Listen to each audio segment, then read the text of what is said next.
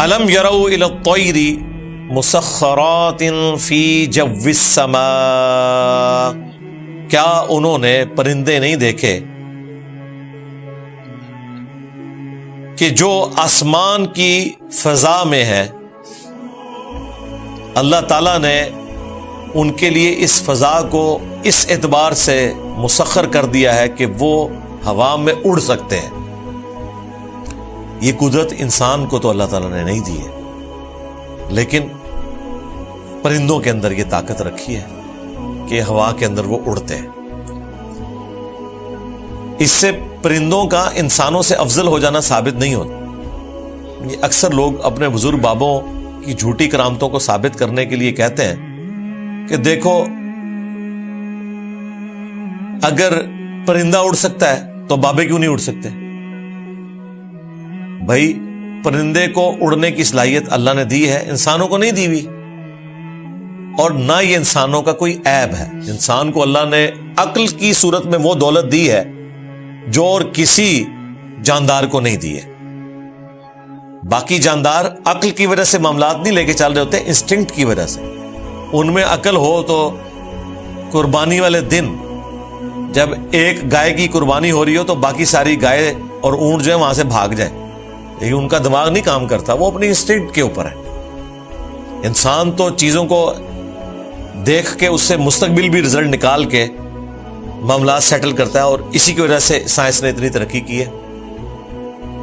تجربہ آیا، اس سے سیکھا، مزید بہتری کی، پھر نیکسٹ ایکسپیریمنٹ ہوا جب کبھی زندگی میں، اس سے مزید سیکھا، اور یوں کرتے کرتے آج انسان کہاں پہ پہنچ گیا۔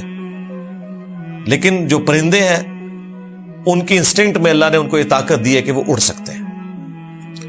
ما یمسکہن الا اللہ، انہیں کوئی نہیں روک سکتا آسمان میں سوائے اللہ کے۔ ان فی ذلک لآیات لقوم یؤمنون، بے شک اس میں نشانیاں ہیں ان لوگوں کے لیے، اس قوم کے لیے جو بات ماننا چاہیں، جو ایمان لانا چاہیں۔ ان کے لیے تو واقعی بڑی نشانی ہے کہ اللہ تعالیٰ نے کیسی کیسی مخلوقات پیدا کی ہیں۔ ابھی تو آپ ان پرندوں کو دیکھیں جو مائگریٹ کر کے 8-8 10-10 ہزار کلومیٹر کا سفر کرتے ہیں۔ سائبیریا میں، رشیا میں جب برف باری ہوتی ہے نا، تو یہ جو ہمارے یہاں پنجاب میں بھی ایک پرندہ آتا ہے سرخاب، کتنا خوبصورت پرندہ ہے، اس کے پر کتنے خوبصورت ہوتے ہیں۔ ہزاروں کلومیٹر کا سفر کر کے ٹھنڈ سے بچنے کے لیے وہ ان علاقوں میں آتے ہیں۔ یہاں پہ اتنی ٹھنڈ نہیں ہوتی، نہ اتنا موسم سخت ہے، اور پھر وہ واپس چلے جاتے ہیں۔ اور اسی سفر کے دوران وہ ہوا میں نیند بھی پوری کرتے ہیں، اللہ اکبر کبیرہ، اڑتے رہتے ہیں، اور کوئی ریفیولنگ والا معاملہ بھی نہیں ہے۔ ہمارے جہازوں کو تو بار بار فیول کی ضرورت پڑتی ہے، اور وہ نرم و نازک قسم کے پر اتنے ملائم، ان کے اندر اللہ نے اتنی طاقت رکھ دی ہے۔ پھر ان کے دماغ میں جو ڈائریکشن فٹ کی ہے، کمپاس فٹ کر دی ہے کہ انہیں پتہ ہے ہم نے کن راستوں میں جانا ہے۔ ابھی تو سائنس کی برکت سے وہ کچھ پتہ چل رہا ہے جو ہمارے بزرگوں کو پتہ ہی نہیں تھا، کہ وہ ہواؤں میں ان ویوز کو، سٹرنگز کو جانتے ہیں جن میں ان کو کم سے کم فورس لگانی پڑتی ہے اڑنے کے لیے۔ ہوا کو یوز کرنا وہ جانتے ہیں۔ پھر جس طریقے سے وہ گروپ کی شکل میں اڑتے ہیں، وہ بھی ایک یونیک طریقہ ہے کہ آگے جو پرندہ ہے وہ جو فورس لگا رہا ہے، اس کی وجہ سے جو پچھلے پرندے ہیں ان کو کم فورس لگانی پڑتی ہے۔ تھوڑی دیر بعد پھر پیچھے سے ایک پرندہ جو ہے وہ آگے آ جاتا ہے، اور یوں وہ آلٹرنیٹیولی زور لگاتے رہتے ہیں۔ کیا کچھ اللہ تعالیٰ نے انہیں سکھا دیا۔ پھر اتنی بلندی سے نیچے دیکھنا، کتنے خطرات سے گزرتے ہوئے الٹیمیٹلی یہاں پہنچتے ہیں۔ صرف اڑنا نہیں، بلکہ اس کے ساتھ جتنی ساری چیزیں جڑی ہوئی ہیں، وہ اتنے فیکٹرز ہیں کہ وہ ایک انسان تو رکھ ہی نہیں سکتا۔ انسان تو ان چیزوں کو دیکھ کے لرن کرتا ہے، اور دیکھیں وہ لرننگ کرنے میں بھی ہمیں ہزاروں سال لگے ہیں. یار ایویشن کی ہسٹری کو بمشکل 100 سال ہوئے ہیں. یہ کچھ عرصہ پہلے سینچری منائی گئی ہے اس کی ڈسکوری چینل کے اوپر ایویشن کی ہسٹری کی. 1910-12 کے اندر پہلی دفعہ انسان نے اڑنے کی صلاحیت حاصل کی ہے. وہ پھر ایک شر میں سے خیر نکلا. جب ورلڈ وار 2 ہوئی تو اس دوران پھر چونکہ ایویشن کو ایک اہمیت حاصل ہوگی, پھر اس میں سارے ملکوں نے اپنے ریسورسز لگائے اور پھر جہازوں کے ڈیزائن اس قدر امپروو ہوئے, ورنہ تو شاید 100 سال میں جہاز اتنے نہ بنائے جاتے. ورلڈ وار 2 میں ہر 5 منٹ میں امریکہ ایک جہاز بنا رہا تھا, اور اس جنگ کے دوران 4.25 لاکھ جہاز بنائے ہیں امریکہ نے. جناب یہ میں 80 سال پہلے کی بات کر رہا ہوں, تسی کہہ رہے ہو اسے یروشلم فتح کرنا ہے. آپ ایک جہاز بھی نہیں بنا سکتے, اس کا ٹائر نہیں بنا سکتے.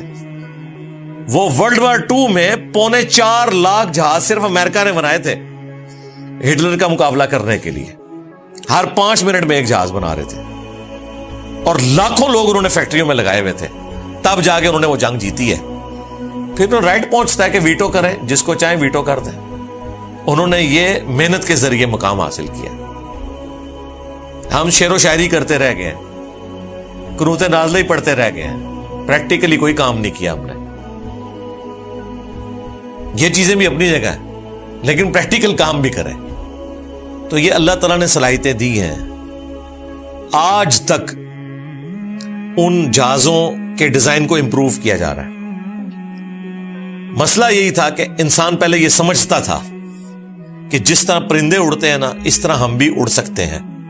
اگر ہم نے کوئی ڈیوائس بنانی ہے, کوئی مشینری بنانی ہے, تو وہ اس طرح ہو کہ وہ ایسے ایسے کرے اور تھوڑی دیر اڑے. لیکن انہیں یہ پتہ نہیں تھا کہ اتنے تو ہمارے اعضاء مضبوط ہی نہیں ہیں, اور نہ ان پروں کا وزن اتنا ہلکا ہو سکتا ہے کہ اس کے نیچے آپ انجن فٹ کریں اور وہ یوں کریں اور اڑ سکیں. وہ تو اپنا وزن بھی نہیں اٹھا سکیں گے. یہ تو جب فزکس کے قوانین کے اوپر ایمفسائز کیا اس وقت کے سائنٹسٹ نے, سائنس کی فیلڈ کے بزرگان دین نے, تو انہیں پتا چلا کہ بھائی یہ تو کام کبھی نہیں ہو سکتا کہ آپ یوں پر ہلائیں, یہ تو پر ہی ٹوٹ جائیں گے. یہ قدرت کے بنائے ہوئے پر ہیں کہ جو پھڑپھڑاتے بھی ہیں اور وہ سارے کام کرتے ہیں. پھر ان کا یہ ہمیں پر سیدھے ہی رکھنے پڑیں گے, یوں کیا تو یہ تو ٹوٹ جائیں گے. یہاں سے پر سیدھے ہوں اور ان کے نیچے ہم انجن لگائیں اتنی فورس والا کہ وہ گلائڈ کرنا شروع کرتے. جیسے ہی یہ آئیڈیا آیا تو پھر جہاز بن گیا. اور اس آئیڈیا کو آنے میں ہزاروں سال انسانی تاریخ کو لگے. اس طرح دماغ ہی نہیں کسی کا جاتا تھا کہ یار اس طرح سوچا جائے. لوگ ہمیشہ پرندوں سے کاپی کرتے تھے. پرندوں کا اڑنا اور ہمارے اڑنے میں یہ والا فرق ہے. لیکن باقی جو پروں کا ڈیزائن ہے وہ آج بھی پرندوں سے کاپی ہوتا ہے. آج سے آلموسٹ بمشکل یہ 15 سال پہلے کی بات ہے کہ سارے جہازوں کے ڈیزائن چینج ہو گئے. پرانے جتنے جہاز ہیں نا پاکستان کے, تو آج بھی وہی والے جہاز اڑ رہے ہیں. ان کے پر سیدھے اینڈ سے. لیکن آپ ایمریٹس کے جہاز دیکھیں, آپ یو کے والوں کے جہاز دیکھیں, امریکن کے جہاز دیکھیں, سعودی ایئر لائن کے جہاز دیکھیں, ان کے پاس نئے والے ماڈل ہیں. اور یہ ماڈل امپروو ہوئے آلموسٹ 15-20 سال ہوئے. مجھے یاد ہے 20 سال بھی نہیں ہوئے, 15 سال, کہ جب یہ ماڈل امپروو ہوا تھا نا, تو باقاعدہ ہمارے تمام پاکستان کے ٹی وی چینلز کے اوپر بھی خبر آئی تھی کہ اب سے سارے جہازوں کے ڈیزائن امپروو ہو رہے ہیں. اور وہ امپروو انہوں نے کیا, عقاب کو دیکھ کے, چیل کو دیکھ کے انہوں نے کہا کہ ان کے پر اینڈ سے تھوڑے سے اٹھے ہوئے ہوتے ہیں. پر بالکل اینڈ پہ جا کے نا تھوڑا سا ایسے اٹھا ہوتا ہے. یہ آپ غور کریں, ایسے نہیں ہوتے, بالکل اینڈ سے اٹھے ہوتے ہیں. اس طرف بھی دھیان نہیں گیا. اتنے عرصے سے جہاز بن رہے تھے, پچھلی پوری صدی میں اتنے جہاز بنے. جمبو جیٹ بن گیا, بوئنگ 747 بن گیا, ایئر بس سامنے آ گئی. اب ان کو جا کے پتا چلا کہ یار یہ جو تھوڑا سا ایسے پر اگر ہم اٹھا دیں, اس کی جو ٹپ ہے اس کو تھوڑا سا اینگل اوپر کی طرف دے دیں ایج پہ, تو اس کی وجہ سے آپ آلموسٹ 10 سے 15%